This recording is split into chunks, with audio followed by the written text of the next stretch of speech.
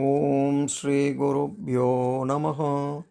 இன்றைய இல்லம் தேடி அம்மனில் நாம் பார்க்க இருக்கும் திருத்தலம் தேனி மாவட்டம் தேவதானப்பட்டியில் குடிகொண்டிருக்கும் மூங்கிலணை காமாட்சி அம்மனின் சிறப்பு பற்றிதான் இன்று நாம் பார்க்க இருக்கிறோம். கோயில் என்றாலே சுவாமி அம்மனின் கற்சிலையோ பூலோக விக்கிரகமோ சுதை உருவமோ இருக்கும். ஆனால் ஓர் ஊரில் அமைந்துள்ள கோயிலில் இது எதுவுமே இல்லை. இங்கு கதவே காமாட்சி அம்மனாக வழிபடப்படுகிறார். அந்த திருத்தலம்தான் தேவதானப்பட்டியில் உள்ள மூங்கிலணை காமாட்சி அம்மன்.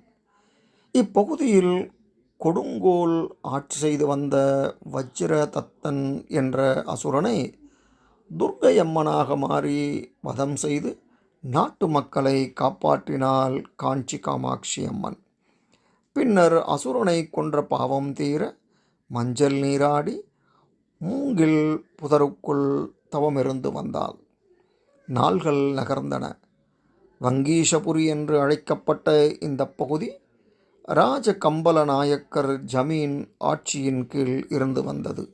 ஜமீனைச் சேர்ந்த மாடுகள் மேய்ச்சலுக்கு சென்றபோது கன்று ஈனாத பசு ஒன்று தினமும் மந்தையை விட்டு விலகி வேறிடம் சென்று திரும்பி வருவதை அறிந்த இடையன் மறுநாள் பின்தொடர்ந்தான். அங்கே மூங்கில் புதரில் இருந்த பெண்ணொருத்தி பசுவிடம் பால் அருந்திக் கொண்டிருந்தாள். இந்த காட்சியை கண்ட இடையனின் கண்கள் குருடாயின. தட்டு தடுமாறிய அவன் ஜமீனிடம் சென்று நடந்ததை கூறினான்.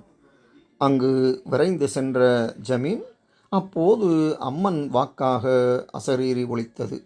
இன்னும் ஒரு வாரத்தில் பெருத்த வெள்ளம் ஏற்படும். அதில் மூங்கில் பெட்டியில் அமர்ந்து நான் மிதந்து வருவேன். எந்த இடத்தில் மூங்கில் புதர் அணையிட்டு பெட்டி நிற்கிறதோ அந்த இடத்தில் அப்பெட்டியை வைத்து வழிபட்டால் அந்த இடையனுக்கு பார்வை கிடைக்கும். அதே இடத்தில் என்னை வைத்து வழிபாடு செய்யுங்கள். நெய் விளக்கு தீபம் மட்டும் ஏற்றுங்கள். தேங்காய் பழங்களை படையல் செய்யுங்கள். அன்னப்படையல் வேண்டாம் என்றும் கூறியது அந்த அசரீரி. இதன் தொடர்ச்சியை அடுத்த பதிவிலே பார்ப்போம். நன்றி, வணக்கம்.